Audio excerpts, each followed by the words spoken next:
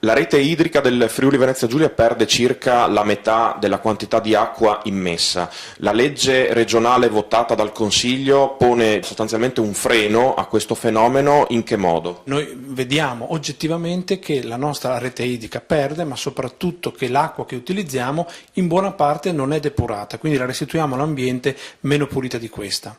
La competenza sulla gestione di queste problematiche sta nei comuni. Questa legge dà un forte potere ai comuni di governo di questo sistema.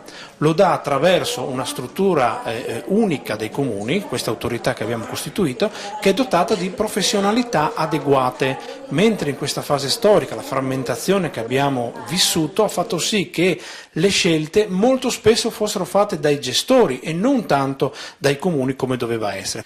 Come risponde al quesito referendario del 2011? Il quesito referendario, che era per tutelare l'acqua pubblica, viene difeso soltanto se declinato, cioè se poi noi operiamo per far sì che l'acqua pubblica venga salvaguardata. È una mistificazione dire che questa norma è una norma per la privatizzazione dell'acqua. Assolutamente no, è una norma che dà il pieno potere ai sindaci, che sono gli unici che possono scegliere eventualmente gestioni non pubbliche. Una legge che parla di acqua ma anche di rifiuti.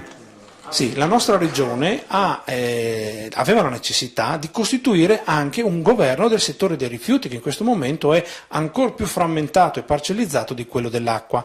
Con questa norma noi superiamo questo gap che avevamo, costituiamo una entità unica che si occupa di rifiuti, con l'obiettivo anche qui di rafforzare le società di gestione.